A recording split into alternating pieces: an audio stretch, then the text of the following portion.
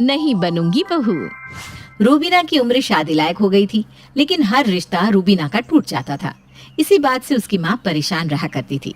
ऐसे ही एक दिन सावित्री की बहन नंदिनी उसके घर आती है। ये क्या दीदी, आप तो बड़ी कमजोर हो गई हैं। आखिर किस बात की चिंता खा रही है आपको? नंदिनी, अब तुझे क्या बताऊं, मैं ना रूबीना के लिए बहुत परेशान रहती हूँ। बस रूबीना की शादी ने ही मुझे टेंशन दे रखी है। एक बार उसकी शादी हो जाए तो मैं भी टेंशन फ्री हो जाऊंगी। जो भी रिश्ता आता है वो टूट ही जाता है। पता नहीं क्या होगा मेरी बेटी का। अरे उसकी शादी कभी हो भी पाएगी या नहीं। हे भगवान, बस इतनी सी बात, आप उसकी शादी को लेकर इतना परेशान हैं? अरे दीदी, भगवान जो करता है ना अच्छे के लिए करता है। उसकी अब तक शादी नहीं हुई, क्या पता उसको कोई अच्छा सा लड़का मिल जाए जो उसको समझे, उसकी कमियों के साथ उसको अपनाए। हाँ, बिना बेवजह की टेंशन लेती रहती हैं। नंदिनी और सावित्री आपस में बात कर रहे थे, तभी रूबीना वहां आती है। अब बिल्कुल सही कह रही है मौसी जी, यही बात तो मैं मम्मी को समझाती हूँ, लेकिन मम्मी के कानों पर तो जू तक नहीं रेंगती, उल्टा मुझे डांट कर ना चुप करवा देती हैं। अभी तो माँ नहीं बनी ना रूबीना, इसलिए तुझे ऐसा लग रहा है। जिस दिन बच्चों की जिम्मेदारी तेरे सर आएगी ना, तब पता चलेगा तुझे। देख रही है मौसी जी आप कैसे मुझे ताने दे रही हैं? अरे अब जब मेरा रिश्ता कहीं नहीं लग रहा तो इसमें मेरी क्या गलती? घर का गर्म माहौल देखकर नंदिनी अपनी बहन को शांत करवाने के लिए बीच में बोलती है। दीदी, मेरी बात तो सुनो। मेरी नजर में ना एक लड़का है। अगर आप कहो तो मैं उन लड़के वालों से अपनी रूबीना के लिए बात करूं। लड़के का नाम है अविनाश, इकलौता है। घर परिवार भी काफी अच्छा है। हमारी रूबीना को किसी चीज की कोई कमी नहीं होगी। पर हाँ, उसकी सास ना थोड़ी रूढ़िवादी सोच की है। अगर ऐसा है तो कोई बात नहीं, मेरी रूबीना उस घर में ढल जाएगी। एक बार तू उससे बात तो कर ले। ठीक है दीदी, अब कल आप घर में लड़के वालों के आने की तैयारी कर लो, क्योंकि कल तो मैं लड़के वालों के साथ ही आऊंगी। नंदिनी की बात सुनकर सावित्री के अंदर एक उम्मीद फिर जगती है और वो अगले दिन के लिए हाँ कर देती है। अब अगले दिन रूबीना एक बार फिर तैयार होकर बैठ जाती है, तो वहीं नंदिनी अविनाश और उसकी फैमिली के साथ रूबीना के घर आती है। सावित्री अविनाश और उसकी माँ सुमित्रा की काफी खातिरदारी करती है। सावित्री बहन, खातिरदारी तो चलती रहेगी, लेकिन उससे पहले हम अपनी होने वाली बहू को देखना चाहते हैं। हाँ हाँ, क्यों नहीं, मैं अभी रूबीना को लेकर आती हूँ। सावित्री अंदर जाती है और रूबीना को लड़के वालों के सामने लाती है।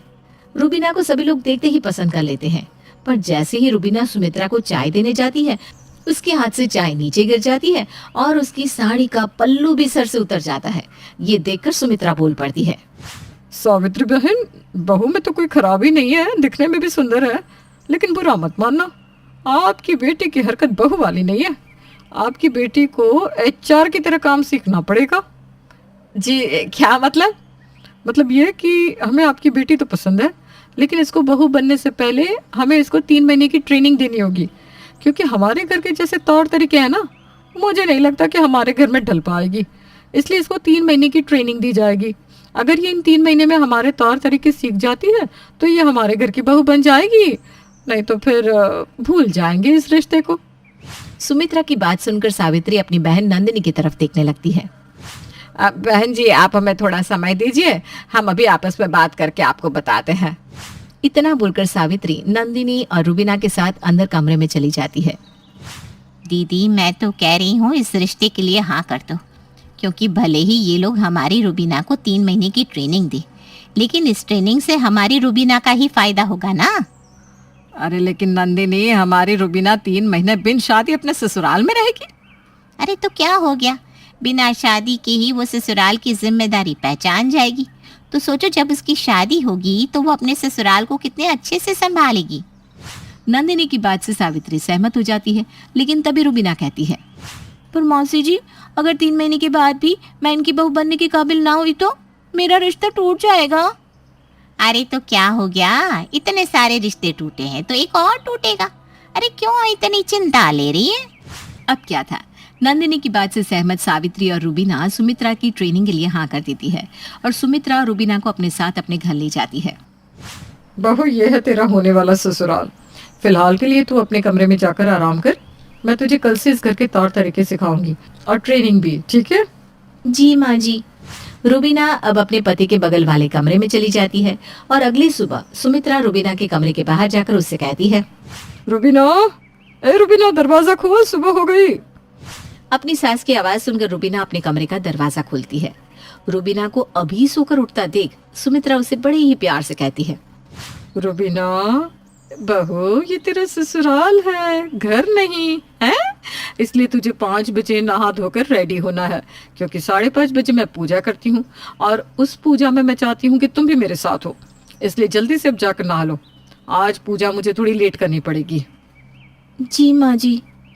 रुबीना अपनी सास की बात सुनकर तुरंत नहाकर आ जाती है और सास के साथ सुबह की 6 बजे वाली पूजा करने लगती है। 1 घंटे बाद जब घर के सभी लोग उठते हैं तो सुमित्रा रुबीना से कहती है, रुबीना बहू, जाकर सभी के लिए चाय बना दो और साथ में ना ब्रेड भी सेक देना। लेकिन माँ जी, मुझे तो किचन का कुछ भी पता नहीं। एक बार आप मुझे बता देंगे कि किचन में कहाँ क्या रखा हुआ है तो मैं कर लूंगी। अरे हाँ, मैं तो भूल ही गई। चल ठीक है, तू किचन में चल, मैं आती हूँ। इस तरह सुमित्रा रुबीना को किचन का सब कुछ समझा कर आ जाती है। कुछ देर बाद रुबीना सभी के लिए ब्रेकफास्ट बनाती है। सभी ब्रेकफास्ट कर ही रहे थे तभी सुमित्रा रुबीना की कमी निकालते हुए कहती है, अरे बहू, चाय में तूने चीनी बहुत ज्यादा डाल दी है। तुझे बता दूं, हमारे यहाँ चाय कम चीनी वाली पी जाती है। ठीक है माँ जी, मैं आगे से ध्यान रखूंगी। रुबीना और सुमित्रा बात कर रहे थे तभी बीच में अविनाश बोलता है, अच्छा माँ, मेरा हो गया, मैं ऑफिस जा रहा हूँ। सुनिए ना, आप ऑफिस बिना टिफिन के जा रहे हैं? हाँ रुबीना, क्योंकि मैं बाहर का ही खा लेता हूँ, घर का नहीं ले जा पाता क्योंकि माँ बना नहीं पाती सुबह सुबह। पर अविनाश जी, मैंने तो आपके लिए लंच पैक कर दिया है। अब से ना आप सुबह लंच लेकर जाया करना, क्योंकि अगर आप बाहर का खाएंगे तो आप बीमार भी पड़ सकते हो। रुबीना की ये बात सुनकर अविनाश के चेहरे पर एक मुस्कान आ जाती है। वहीं रुबीना के ससुर जी भी खुश हो जाते हैं। रुबीना अब अविनाश का लंच लेकर आती है और उसको दे देती है। ऐसे ही पूरा दिन बीत जाता है और शाम को सुमित्रा की पड़ोसन सुमित्रा के घर किसी काम से आती है। तभी वहां रुबीना बिना पल्लू की चाय लेकर आती है। उसको बिना घूंघट के देखकर सुमित्रा कहती है, रुबीना बहू, ये हमारी पड़ोसन है और हमारे घर के तौर तरीके ये सिखाते हैं कि यदि आपके सामने कोई पराया आए तो आप उससे घूंघट करेंगे, इसीलिए आपसे जो भी तुम्हारे सामने आए उससे तुम घूंघट करोगी। सुमित्रा की ऐसी रूढ़िवादी सोच देखकर उसकी पड़ोसन भी घूर कर देखती है और बिना उससे बात किए वहां से चली जाती है।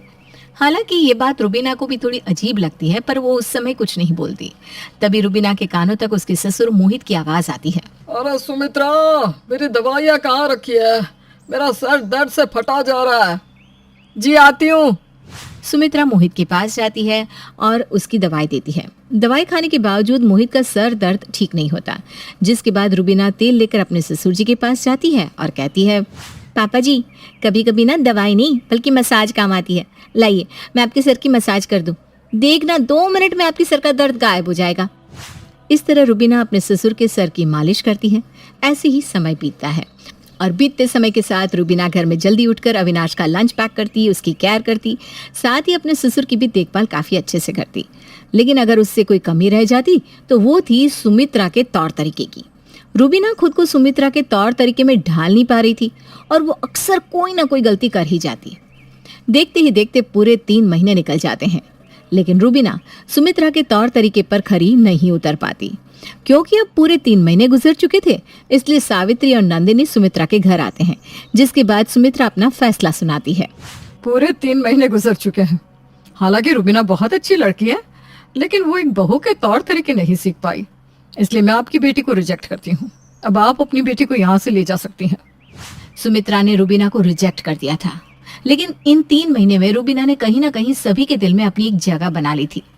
लेकिन सुमित्रा ने तो उसे रिजेक्ट कर दिया था, इसलिए अब रुबीना वहां रुक नहीं सकती थी। सावित्री और नंदिनी रुबीना को लेकर जा रहे थे, तभी अविनाश अपनी माँ से कहता है, माँ, ये आप क्या कह रही हैं? मानता हूँ रुबीना आपके तौर तरीके पर खरी नहीं उतर पाई, लेकिन वो हम लोगों की कितनी केयर करती है। आपने ये कभी देखा है? मैं कभी लंच नहीं ले जाता था, लेकिन जब से वो आई है तब से मैं लंच लेकर जाने लगा, मैं समय से उठने लगा। अविनाश सही कह रहा है। जब से रुबीना आई तब से मैं बीमार भी कम पड़ने लगा, और कहीं ना कहीं उसने तुम्हारे भी दिल में जगह तो बना ही ली है सुमित्रा। हम जानते हैं कि तुम भी उसे अपनी बहू के रूप में अपनाना चाहती हो, लेकिन वो घूंघट में नहीं रह पाती, इसलिए तुम उसे अपनी बहू नहीं मान रही हो। अरे क्या हो गया अगर उसने घूंघट नहीं लिया तो? जमाना इतना आगे बढ़ चुका है, नहीं करवाएंगे हम उससे घूंघट। माँ इस रिश्ते को मत तोड़ो, हाँ कर दो इस रिश्ते के लिए माँ प्लीज, क्योंकि मैं रुबीना से प्यार करने लगा हूँ।